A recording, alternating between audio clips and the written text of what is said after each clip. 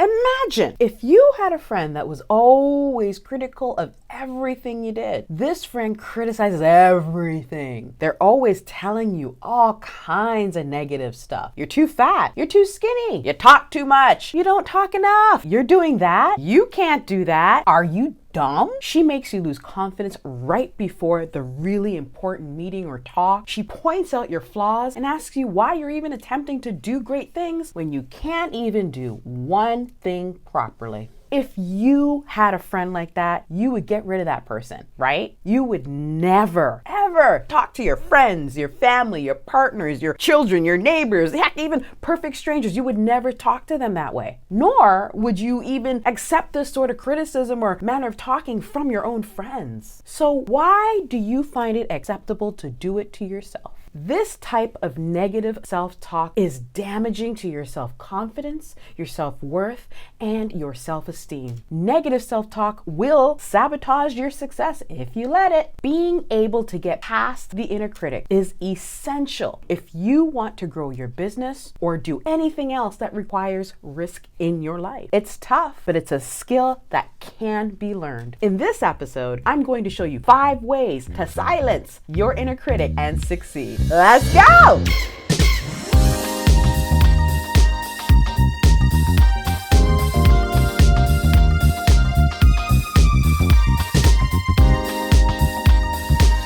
Hello! How are you? Good? Good. This is Mind Your Business with Vivian Kaye, where I talk about all things entrepreneurial. I tackle anything and everything that relates to your business, your mindset, and your monies. Who am I? Well, I'm Vivian Kaye. I am a 14-year veteran of the entrepreneur game. I bootstrapped 2 businesses from the ground up, and over the past 7 years, I built Kinky Curly Yaki, a textured hair extensions company for Black women, to over $1 million in annual revenues. I know all about the highs that come with scaling to 6-figure months and hundreds of 5-star reviews, to the lows of late inventory and irate customers. I have been there, I have done that, I am still doing it, and I got receipts. Along with running Kinky Curly Yaki, I also help entrepreneurs from diverse and unconventional backgrounds use their awesomeness and unique capabilities to confidently build the business of their dreams. I can help you fine-tune your Shopify backend, your operations, your branding, and your marketing so you can get to the next level.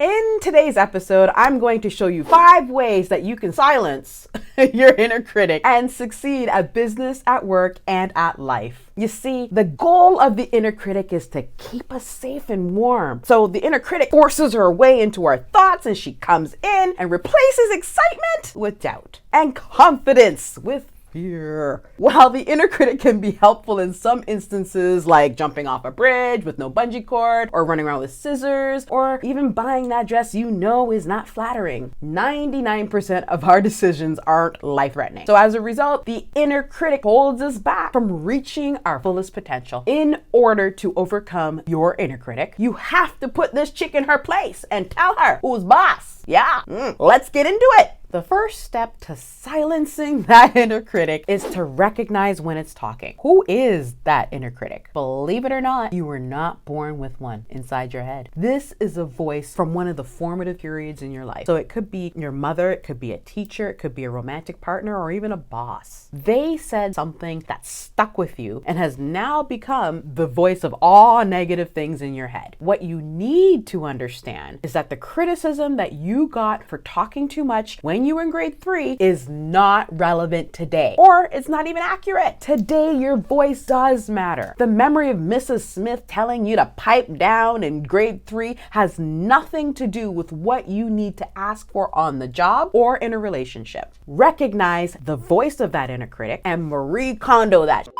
Thank them for their service and tell the voice, be gone. The second step to silencing that inner critic is to separate yourself from her. Instead of setting a goal and then telling yourself, that's not even achievable. How dumb are you for even thinking about it? You can separate yourself from the inner critic. You can do this by saying, my inner critic said that's not achievable, but I didn't say that.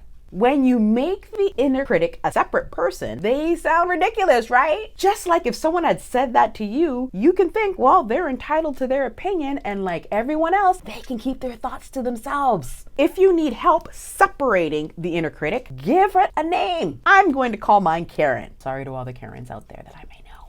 Separate yourself by saying, Karen said, that's not even achievable. Well, Karen, shut the hell up. The third step to silencing that inner critic is to make friends with it. You see, Karen, the inner critic, her goal is to protect you from harm. Without Karen to keep us safe, we would be running around with scissors, jumping off cliffs, and getting into relationships and situations we know we have no business being in. Unfortunately, Karen doesn't know the difference between danger, like jumping off a cliff with scissors, and things that are safe but feel scary, like public speaking or starting a business. You have to recognize that the inner Karen has good intentions. She always has. But you've got to also let Karen know that you've got things under control and that you're the boss. Say it with me now.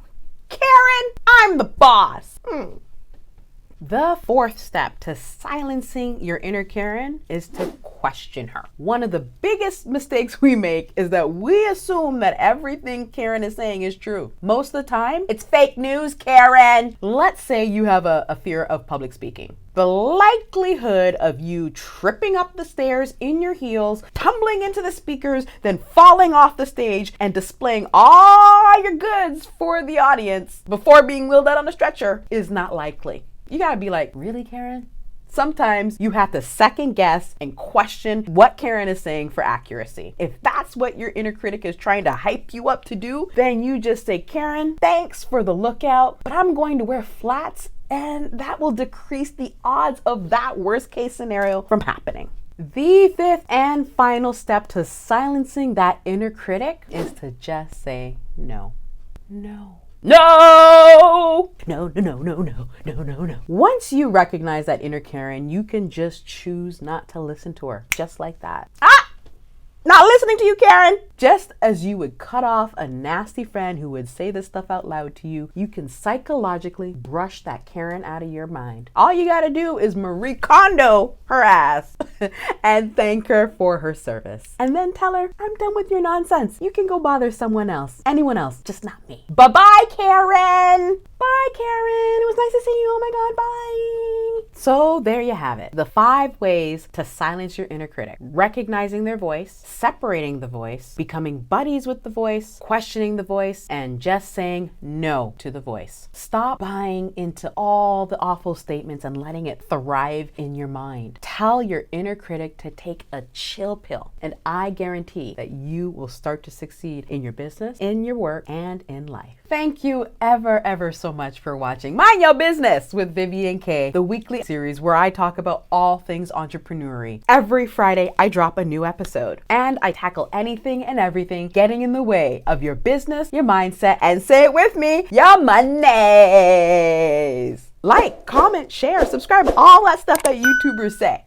Thank you again ever so much for watching, and may you prosper in every area of your life. Okay, thanks, bye.